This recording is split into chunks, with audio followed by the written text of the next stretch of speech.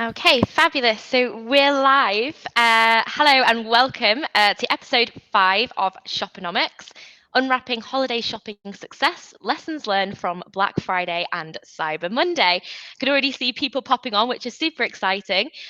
So joining me today is the MD of Shopify, EMEA, Deann Evans. Welcome, Deann. How are you? I'm great. Thanks for having me, Sinead. Brilliant. Thank you so much for joining us. I'd love you to tell us just a little bit about yourself and your career in e-commerce just before moving into your current role. Sure, absolutely. Yeah. So I have been in e-commerce for nearly 20 years now. So my career has spanned across commerce, e-commerce, marketing, and technology. So I've joined Shopify a little over 2 years ago. I am currently the managing director for EMEA. Working with our teams that are powering our growth across the EMEA region. And a little bit about Shopify, for those of you that don't know us. Shopify provides essential infrastructure for commerce, and we've created a unified commerce operating system. So we're letting retailers and businesses manage everything from their online store, their offline store, social media channels, and B2B. And we currently have millions of merchants on the platform. And we have processed, I know we're going to talk a lot about stats, but I'll share one. We've processed over 700 billion GMV to date on the platform. So quite a wide view across commerce. Absolutely. It's huge. So many, and we're talking specifically about peak seasons and the amount of shopping that happens during those seasons. So I'm sure some of these numbers contribute to that enormous number there. So today's talk is all about holiday shopping and how brands can make the most out of these peak seasons. And we're thrilled to be the very first e-commerce community to talk about the 2023 Shopify Black Friday and Cyber Monday results. So thank you so much for giving us this time and exclusive to be doing this. So these were only revealed yesterday, so hot off the press. So this is really exciting to be able to talk through. Just before we dive into the questions, a reminder to Shoponomics regulars and also some newbies here that this is an interactive event. So that means as a listener, you can get involved with the conversation. Just simply ask to speak at the bottom there in the LinkedIn live event, and we can welcome you on stage. We can invite questions during the session, or we can take them at the end as well. So make sure you write your notes throughout, and we'll answer those afterwards. The chat usually lasts sort of an hour, so we should be turning off at 2 p.m. So hopefully you can stick around and listen in. You can make comments throughout the event if you'd like to on the actual LinkedIn event, or just react with little emojis down there, which I know is a fun way of keeping involved in the conversation. So let's get on with the questions. So the big headline for 2024 is that Shopify broke records with weekend sales of 9.3 billion US dollars globally, which is just a massive number for the 4 days. So what are some of the other standout highlight numbers from this year's Black Friday and Cyber Monday weekend? Yeah, so it was an incredible weekend for our customers on Shopify. So like you said, 9.3 billion in sales globally. And it was 24% increase in sales from 2022. So this is a huge increase year over year. When we look at how many consumers globally made a purchase from a Shopify merchant during BFCM, that number is 61 million.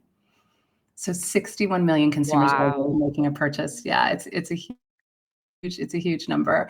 And looking as well at, where did we sell? So where were our merchants selling? There was top selling countries across the globe, but when we look at cities, London was among the 3 highest performing cities, along with New York City and Los Angeles. Incredible. It's interesting that we have such huge numbers given kind of the sort of economic climate we're in at the moment. Does it tell you anything sort of about shopper behavior at the moment? Yeah, so one of the things that we saw with shopper behavior going into the BFCM really season, this peak sales season, is that consumers were saving for this moment, right? So shoppers, even though they have been feeling the pinch recently, and we are in a time of economic crisis, we did some research and we saw that specifically in the UK, 74% of UK consumers were reducing their discretionary spending over the last couple of months leading up to this time, right? So they were getting ready for the sales moment. So actually preparing, sort of keeping purse strings tight until this point.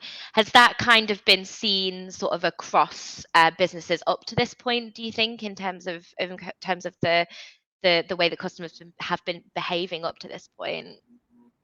So what we heard from consumers, right, is that they were saving time, saving money and getting ready for this holiday season, and they were saving more each month leading up to the season. And half of consumers said that they planned on doing the majority of their holiday shopping during the sales.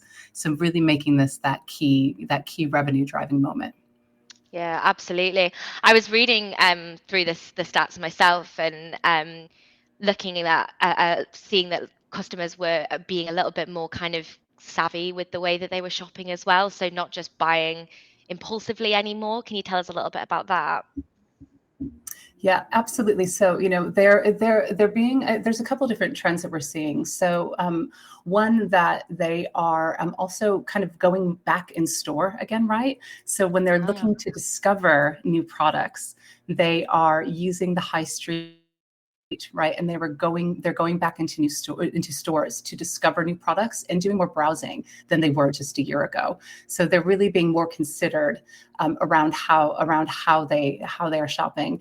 The other thing that we're seeing is that they are also looking at all these different channels, right? So things like social commerce become really important during this time. So they're looking across different channels, trying to think about what are the decisions that they're going to make.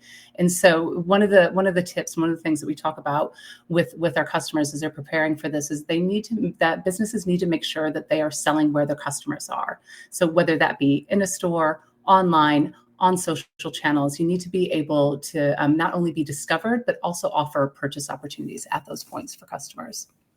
interesting. And as you say, there's lots of different channels available at the moment. I mean, tons. Shoppers are going from a mobile phone to a desktop to a kiosk in store. So it's really important to be looking at all those channels. I think when you're thinking about where commerce is happening now. Yeah, definitely. And one of the things that we think that brands should be considering is that they really need to think about tech-driven shopping, right? So how do they enable, to your point, how do they enable customers to interact with their brands, to buy with their brands in different ways through these tech-driven shopping experiences? And another interesting stat that we have is that 40% of UK shoppers are more likely to buy from or spend more money with brands that actively embed technology into the shopping experience. So that could be, like you said, mobile shopping, right? Using mobile apps, things like self-service checkout or kiosks, and also offering things like real-time order tracking to make sure that the technologies that consumers want are part of the shopping experience with their brand. Interesting. Okay, so it's interesting to hear that that's something that customers are actually demanding now and expecting. Do you think that's been influenced kind of by um, customers getting used to that generally in shopping?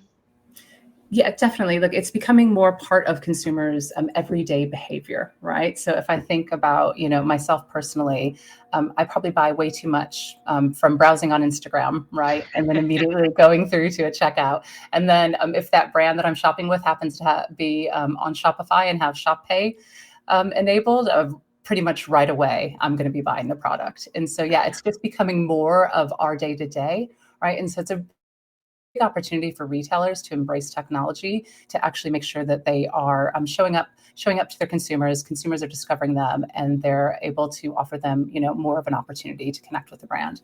Yeah, I can definitely relate to you there. I think if it's as soon as I put my card details into Instagram, that was it. I was a kind of everything I want to buy, just impulses. It just makes it so easy, and if the steps are super simple that way, and you can kind of just easily see something, go to the site, make that purchase. It's all kind of loaded into your app or your phone or whatever. Then it's a bit difficult not to, I think. Absolutely. So, so can you tell us a little bit more about some of the sort of key themes emerging from these results? Like, sort of, what are we seeing in terms of top product categories? I mean, you mentioned their top cities, but globally, kind of, where are people shopping the most, maybe more about cross-border commerce, any kind of themes that you saw through these stats? Yeah, so we talked a little bit about the importance of brick and mortar shopping again, right? And we saw that in-store spending surged 28% in the UK compared to last year based on point of sales made by Shopify merchants. So we really are seeing that return to the high street. And so again, that's something that an area that offers a lot of opportunity for brands and for retailers. And you mentioned cross-border. So over the full weekend, 19% of sales on Shopify were cross-border orders. So that really underlies, one, the strength and opportunity for retailers and brands in the UK to export, right? But it also just shows that cross-border commerce is becoming a really big opportunity across the world.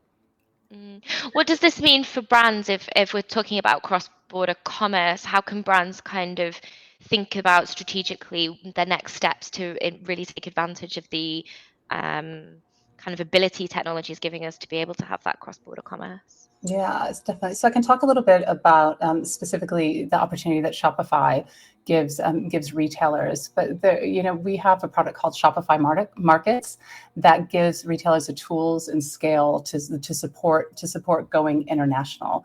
So the platform will allow you to do things like create custom buying experiences with currencies, languages, domains, and payment methods that align with the local markets that you're operating in.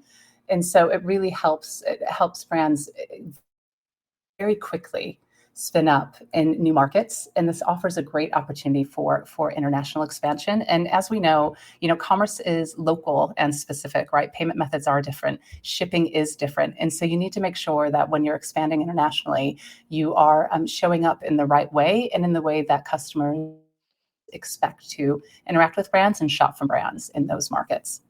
Interesting. And I'm going to just take you back for a second to the point you raised earlier about customers going more in store. So I guess this is kind of a slightly different channel than cross-border commerce in the sense that people are actually going into stores now. What is that telling us about consumer behavior that maybe, again, brands need to be thinking about when they're looking at all these different revenues and channels that are now available to them? Yeah, so we're seeing some brands on Shopify, ones that aren't brick and mortar, traditional D2C brands. I'll use Gymshark as an example. So Gymshark was, a brand born online, a D2C brand that's opened up a flagship store on Regent Street, right? And within that store, if you're in London and you have a chance to visit it, it's an incredible experience. There are gym classes that are offered. They have a Joe and the Juice bar in the store, right? It's all about the community, the fitness community, and the mindset. And so a lot of what we're seeing now is brands are creating experiences like this in the brick and mortar store, and customers want to connect with these brands in those ways. We're also seeing traditional D2C brands use pop-up opportunities to drive new customers and to be known in a different way. And so we have a brand on Shopify called Lounge Underwear that they've used. They had a pop-up store in Covent Garden over the holiday season last year, where they were using that to give their current customers an opportunity to interact with the brand, but also for new customers to discover them. And so, some of the opportunities around pop-up stores, you can quite easily use like a Shopify point of sale device to easily spin up a pop-up store and to make sales. But there are a lot of different opportunities along these lines. So you've got brick and mortar, you have international expansion. There are also opportunities with things like marketplaces. So there are a lot of different ways for retailers and brands now to get their products into the hands of new consumers.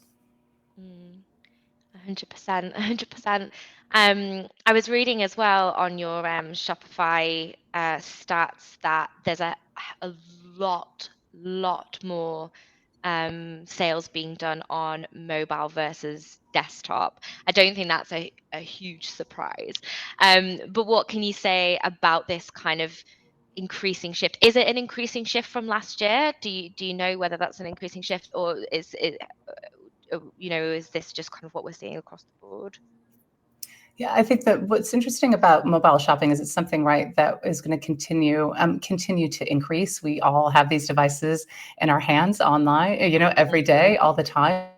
And so it's again that convenience and that ability. One of the things that we are seeing is that we're seeing a lot of the customers on the platform are building out their own apps, right? And they're offering strategies where you might need to shop in the app to be able to be able to access an offer or to be able to access some sort of special perk with the brand. And so really that mobile shopping and making sure that you have, a site that's optimized, the mobile shopping experience is good. You've created an app if that's the right thing for your brand are going to be really critical and continue to be critical as brands think about what are their strategies, going into next year and even next peak BFCM season.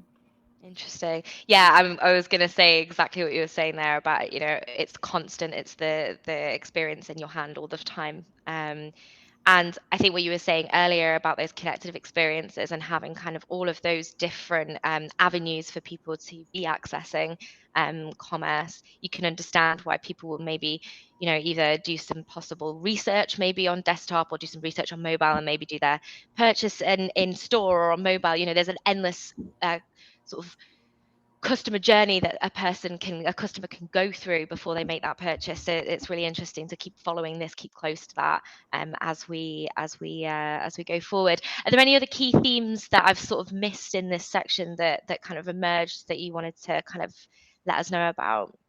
Look, I think one of the things you asked about earlier that we didn't, or I didn't get a chance to touch on was just some of the categories that we're seeing and that are really trending. And specifically in the UK, we saw the apparel and accessories area trending, health and beauty, home and garden, arts and entertainment, and food and beverage. So those were some of the highest selling categories in the UK across the BFCM weekend. So I think any retailers that might be listening that are in those categories that didn't have a specific strategy or plan around BFCM, it's a huge opportunity for them moving into next year. So apparel and accessories, I saw also health and beauty, home and garden as well, a couple of other areas that were really doing well this year. Do you think this will continue on to the next holiday season? Do we think there's kind of a trend going forward? Is this to do maybe with gifting? Is that what that's to do with potentially? Yeah, it definitely could be. Like we saw, about 50% of consumers were planning on doing all of their holiday shopping during this weekend during BFCM. So any of those areas where you have products that could be gifts or that are part of that gifting area are definitely, I think, areas where we'll continue to see increases. Brilliant. I mean, this leads on really well to my next question, which is sort of talking about peak trending generally in terms of how brands can really make the most out of these peak times. I mean, for a lot of brands, there are multiple peak trading seasons throughout the year. I mean, particularly we focus on kind of this area from sort of November up to the holiday period because there's a big flurry of gifting, as we were saying, but there are peak seasons throughout the entire calendar. What would you say is your advice for businesses about how they can really prep for these peak periods? Yeah, so look, we know that everything isn't smooth sailing in commerce, right? And especially when things get busy. And so I think that is a great point for us to spend some time on. One of the first areas that we're seeing is really it's a longer sales period, right? So while BFCM is kind of the main event, and we're looking at this Friday to the Monday, the sales period is lasting longer than ever. And so we're seeing in the months and weeks that are leading up to BFCM, that's when we're starting to see sales and promotions coming out, right? And even extending into 2024. So this is a time where we think you've got to really, the first thing is to think that it's not just this weekend, it is a longer peak period. And so in terms of the actual, are there any practical preparation suggestions that you can sort of give for brands who might be thinking, I mean, if we're thinking way in advance, what kind of strategies, what kind of thinking can people be doing right now to be able to really make the most of these periods? Yeah, so it's really thinking about what types of offers are you going to offer? You don't want to put too much up front, right? So make sure that you start communicating your offers earlier, but maybe you don't put them all out there too early, right? You want to think about, how do you want your consumers to be interacting with your brand? Is it going to be online? Are there in-person opportunities? Are there an opportunity for you to drive in-person shopping and drive discovery of new products? So some of these things are going to be really important when they think about that sales strategy. So, how are you going to maximize those sales and really revenue opportunities? And then especially for any of your online, anything that you're going to be driving online or through mobile, you need to really make sure that you're testing and preparing your store traffic for surges, right? So a slow website, you're going to lose customers. So you need to be optimizing your performance for Black Friday traffic surges and making sure that that you don't have slow load times or site crashes. We saw a number of kind of high profile sites that had issues over the months leading up to BFCM, and you don't want to be one of those. Yeah, absolutely. We're going to talk a little bit about sort of mistakes and issues a little bit later in the talk, because obviously, as all brands, we do experience every brand experience these, and obviously we want to be able to kind of prevent these as much as possible. I think what I'm really getting there is there's a lot of preparation that needs to be done, right? It's not something you can spin up in a couple of hours or a couple of days and before, and it really needs to be planned methodically in a full campaign, which is really important. And also prepping for these sort of surges in activity as well, really, really key. We recently released a blog kind of about how, customer service needs to sort of maintain that really quality service even throughout these periods, and it can be quite tricky. But I think you mentioned before about technology being able to really enable this and really supporting with these peak seasons, so customers are able to still experience that quality service, that quality shopping experience, whilst the surge is happening during that period, which is really really important. So just a reminder to everybody listening as well, that we always take questions at the end. So we've gone through quite a few statistics, themes, ideas already so far. So be really keen to listen to any questions afterwards. If anyone has any of these, don't forget you can step up at the end, or you can react as well to what's going on the chat at the time. So going back to you, Deann, do you have any success stories of brands who've made changes? I know you mentioned Gymshark earlier, but any other brands that made changes to succeed in their holiday campaigns from this peak season or previous peak seasons that you'd be able to sort of share with us? Yeah, definitely. So I talked a little bit about Gymshark, but one of the things that I will talk more about them is just that their crust joggers were one of our top trending items globally for shoppers on Cyber Monday this week. And one of the things that they did is they made their promotions even better this year by adding an extra 25% off to their sale. So we're expecting them to have another stellar Black Friday, Cyber Monday. And we talked a little bit about like mobile shopping, right? And one of our merchants, Blakely, their clothing store, they took a new approach to their ads to drive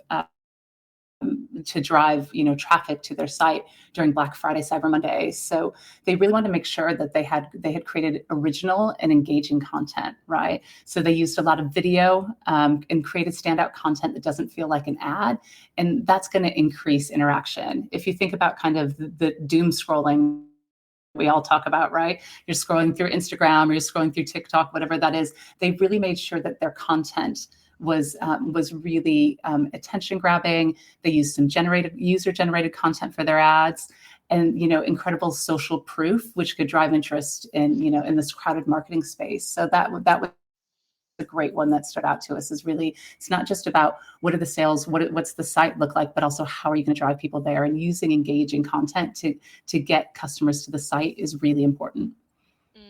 I would say this is probably a really good point for all peak seasons, is because you mentioned there that it's incredibly competitive during this period. Everyone's looking to grab attention. I feel like when I was looking through my own feed and my inbox and looking at all the Black Friday promotions, it's a lot of it. you can kind of see, oh, we've done this before, I've seen this before, this isn't new to me, this isn't attention grabbing. And I think one of the big things is, really pushing forward and trying innovative new things, trying something stand out. I think is super, super important, and making you stop that scroll is a phrase that we use quite a lot, just to really have a, oh wow, this is grabbing my attention, and that will make it then simpler to make that final purchase, I think. Absolutely. And I saw there was one that drove me to make a purchase. There is a brand called Scampin' Dude, which I've purchased from in the past. It's a clothing store, but they had a great concept where they had, I believe they called them swag bags, and they're you picture them as like makeup bags with different patterns on them. And they had collaborated with different celebrities that had helped design the bags, and then with each purchase of a bag, they made a donation to a charity that was aligned with one specifically that celebrity had chosen. And so I saw it advertised on Instagram. Right, I clicked through, and I ended up buying a couple of those as gifts for friends, because it was just a different approach. With one, with donating money to charity, they were priced well, and they made them an accessible gift, and it really stood out to me. And so I think, thinking about, for retailers, thinking about what aligns with your brand, what can you do that's different, and then embedding it not only, again, in the sales and the products, but also in kind of the advertising and the promotion to get people through to that purchase. Love it. Really, really good tips. Thank you. They're really useful to share. And it's all these individual products that we see and ideas that we can then use going forward. It's really interesting to see how creative brands can be during these seasons. You mentioned a trending product there that you saw over the period. Are there any other ones that you saw that really stood out to you during this weekend? Yeah, there were quite, I mean, we talked a lot about some of those trending categories, but within kind of the health and wellness space, there is a company called Bloom Nutrition, which had a greens and superfoods product that was really, really super trending. So I think for me, interesting to see that people were thinking about their health and wellness as well during all their shopping. We also saw different things like a brand called Tush Baby, which has a baby hip carrier, so a baby carrier that was another one of the like highest trending products. And then looking at things like apparel, Skims, which is Kim's Kardashian brand, they had a cotton rib tank that was a high trending product. And so a lot of different examples of products that were trending across the weekend. Do you think there's anything specific that when you talk about trending products, is there anything specific that these brands did in advance that you noticed? I mean, maybe you didn't, but I'm just wondering if there was anything specific that these brands were doing that made that got them to that point during that period, do you think? Yeah, so I mean, look, from my opinion, it is that well thought out full campaign, right? What products are you going to discount? What are the products that you want to push? Do you have a product that is incredibly popular? Things to think about.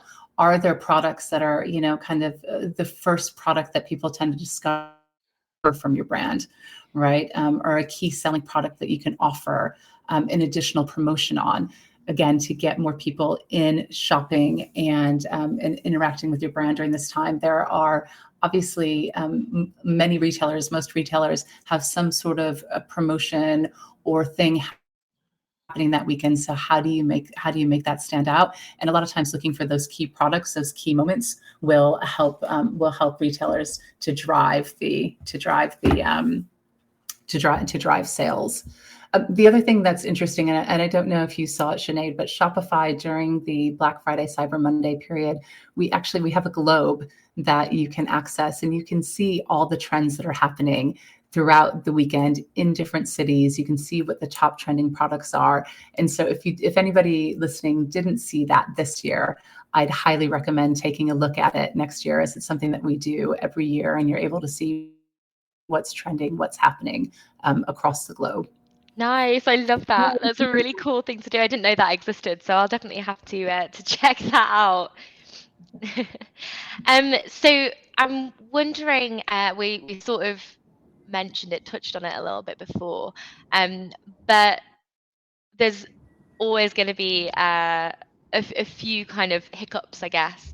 And not everything in commerce is smooth sailing, as I'm sure a lot of people on this call would agree. So can you give us some tips and tricks potentially to avoid some mistakes when things do get busy?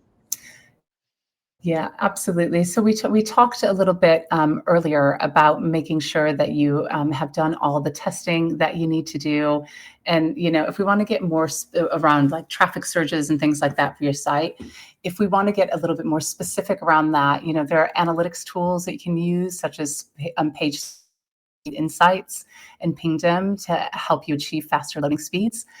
There's a study that we've seen that found that just a 0.1 second increase in site speeds can result in about a 10% increase in conversions. Wow. Which is incredible. That's Yeah. enormous. And that feels like such a small change, doesn't it? But the impact of that is huge. Yeah. So if you think about what a 10% increase in conversion does for revenue, it's Yeah. incredible, right? Yeah. 100%. And then also you can assess the architecture of your site. So make sure it's not overloaded with unnecessary tools that could slow it down. So what are all the different tools? What's everything on your site? Also doing things like keeping customers engaged, minimize pop-ups, displaying deals and special offers also increases the likelihood of conversions. So these are things to keep in mind. If you're all of a sudden you're saying, okay, we're going to have 10 different sales, we're going to have different products that we're trying to show people, make sure that you're really keeping those pop-ups and offers, down to a minimum in terms of the customer flow and UX and experience. Also optimizing product pages for conversions. So make sure you have clear call to actions, descriptions, payment methods, and really something that retailers and should be thinking about when it comes to D2C and online always is their checkout. How optimized is your checkout? Do you have a one-page checkout? Is it simple? So these are all things that from an online perspective should be thought about. Absolutely. Actually, I would love for you to dive a little bit deeper into that comment you just made there about online checkout, because I think that's actually a really key, well, it's obviously a very key part of a shopping process. It's that final step before a shopper does make that conversion. Um, is there anything you can talk about in terms of the impact of online checkout during these peak seasons? Any advice, any ideas, case studies, that sort of thing? Yeah, so I think it really checkout is, as I said, it's paramount to any online shopping experience. So retailers need to think about in terms of online, how do you make the process, or it's checkout? How do you make the process as frictionless as possible? Shopify offers a one-page checkout, so there's opportunities when you have to. If you think about just your consumer experience, right? If you have to click through 5-6 times to get through to a checkout, it's not a great experience, and the customer is really more likely to churn and not convert. Within the checkout, there are a lot of opportunities. You can offer accelerated checkouts or checkout wallets, making sure that you have as many shipping options as possible. So these are all really important in making sure that, again, it's an easy experience for the consumer to purchase from you and transact with you. And so it's really key, obviously, moving into these peak moments like BFCM, but it's also something that I think every retailer should be constantly optimizing and looking for ways to give consumers options to make it simple for them to check out as smoothly as possible. Yeah, absolutely. I mean, there's so much more option now in terms of payments, things like buy now, pay later, buying things on loyalty schemes, even all of those different options. I read somewhere recently that people were doing a lot of saving up sort of loyalty points and spending them or buying things on credit, which is a newer trend emerging that hasn't really been seen quite as much in the past. And I attribute that down, I guess, to financial crisis or difficulties people are sort of using shopping a little more savvy. I suppose is probably the best way to say it. And obviously having those options available in the basket and checkout process, kind of fundamental, especially if you're used to shopping, and we were talking about customer habits and how people are used to this convenience and the speed. I think it's really important there to be able to make sure you're taking advantage of simple. Again, they're just, we're talking about them for simple tweaks really, but can make an enormous impact to the customer journey and to your overall revenue during these seasons, right? Yeah, absolutely. Yeah, the options, buy now, pay later tools, again, accelerated checkouts. We have through Shopify, we have Shop Pay. And we've actually seen, we had a study done by a big three consulting firm, and Shop Pay boosts conversion by as much as 50% compared to a guest checkout. So if you think about that, just the opportunity to have an accelerated checkout where a consumer already uses it, it makes a big impact on ultimately conversion and revenue. Exactly. So as we go into the final sort of questions here, I just wanted to remind everybody who's listening in that there is an opportunity to ask some questions. I have actually had a question submitted online just whilst someone has had to drop off the call, so I will be asking that one. But if there's anybody else who wants to ask any questions while we have Deann here to speak to us, then definitely take this opportunity. So just as we draw to a conclusion with this, I'd love to know some of the key lessons for merchants for the rest of the holiday season and into 2024 and beyond. Yeah, absolutely. I think, as you're again planning for BFCM, it needs to start early, right? Knowing that these promotions can have a lot of moving pieces, it's really crucial to start to plan very early and stay organized throughout the season. So you could think of doing things like creating a planned sales map to give a simple outline of all upcoming sales and promotions. And, as we said before, we expect that these sales will go into 2024, right? So it's not just this weekend. You need to make sure that you're organized and ready to go. And we also want to make sure that, if we're thinking about that in-store or brick and mortar experience, you want to make sure that you are adequately prepared for the retailers to have customer service that they need, to make sure that they have the right store staff that they need, to make sure that they're thinking about things like return policies. How does this work? You really want to make sure that that you're fully prepared to meet customers both online and offline with the right staff, the right opportunities, and the right experience. Absolutely. I love that. That's super useful advice, especially as we go into Christmas. Although I do feel like the Christmas is well underway. I think Christmas shopping started in July for some people, I think, or retailers having their advent calendars out in July. I'm not sure quite how I feel about that at the moment, but it's definitely the longer Yeah. period shopping. But yeah, as we go into brands in sort of home and furniture, and apparel and accessories. We're looking at January sales, and then you have periodic sales throughout the year as well. So there's just so many opportunities for brands to be able to take the learning that you guys have collected from Black Friday, Cyber Monday, and to be able to then take that into future learnings. So really, really useful information there.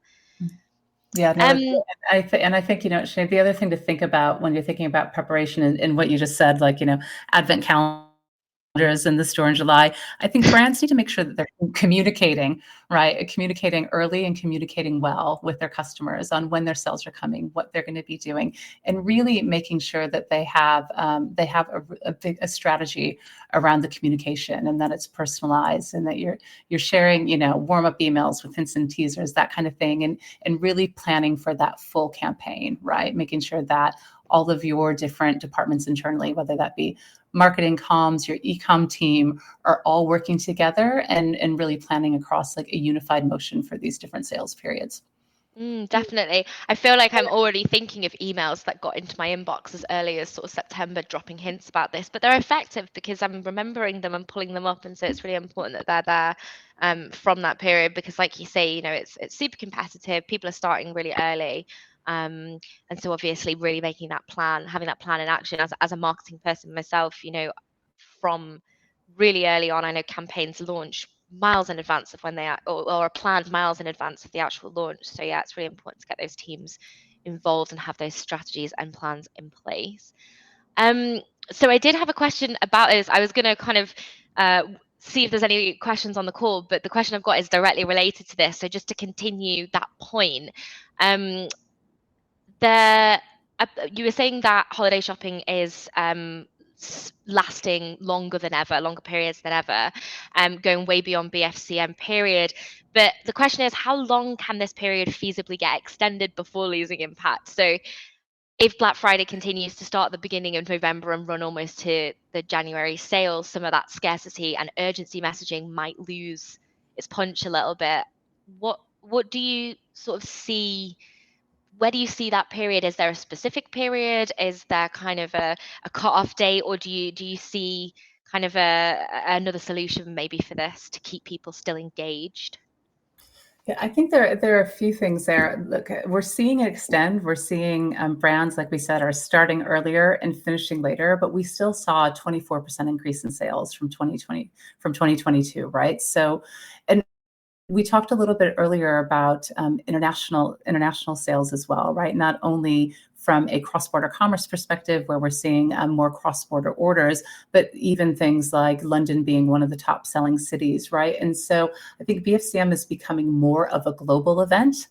And it's something where, at least our data year over year is showing that, that it is increasing.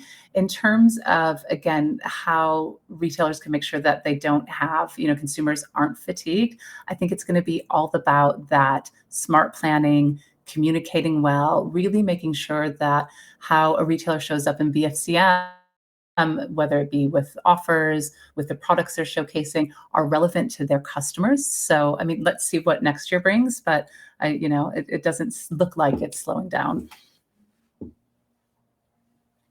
Oh, sorry, I clicked the mute and unmute button too quickly then, and it went off and on again.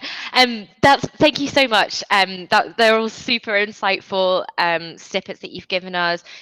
Using the statistics that you've collected over the weekend is so important, so paramount, and thank you so much for sharing them on here with us, because Shoponomics is a community created to help brands from across the retail space really understand how they can utilize things like these statistics. This you look at customer behavior, really make the most out of the using technology and building better customer experiences and creating these seamless experiences talking about. So it's really vital and useful to have you on here to be able to share this with us. So thank you so much for going into the detail you've got into to really unwrap that for us.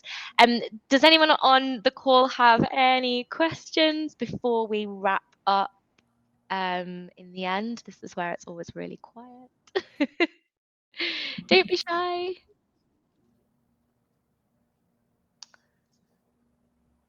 No. Okay, well, at the afterwards, if you want to connect with Deann, she's very kindly said that she's more than happy to answer any questions that you may have. But as always, thank you very much for tuning in. For those who came at the beginning and had to drop off, or those who came halfway through and came in, and we love the you're able to kind of drop in and drop out. The recording will be available for the entire audio event after after we've closed off, so you should be able to find it on Shoponomics website tomorrow, which is exciting. So I just want to take this opportunity to just say thank you so much for spending the time this afternoon during your lunch to have a chat to us, to kind of dive into these stats a little bit more for us. The next Shoponomics event will now be after Christmas, so it'll be after the holiday season. So we'll be back the second week of January. So hopefully we'll be seeing you guys again, tuning in then. So just another thank you so much, Deann, for being here today. It's been really lovely chatting to you. Thank you, Sinead. I really appreciate it. Thanks so much. Cheers, guys. Enjoy the rest of your day. Bye.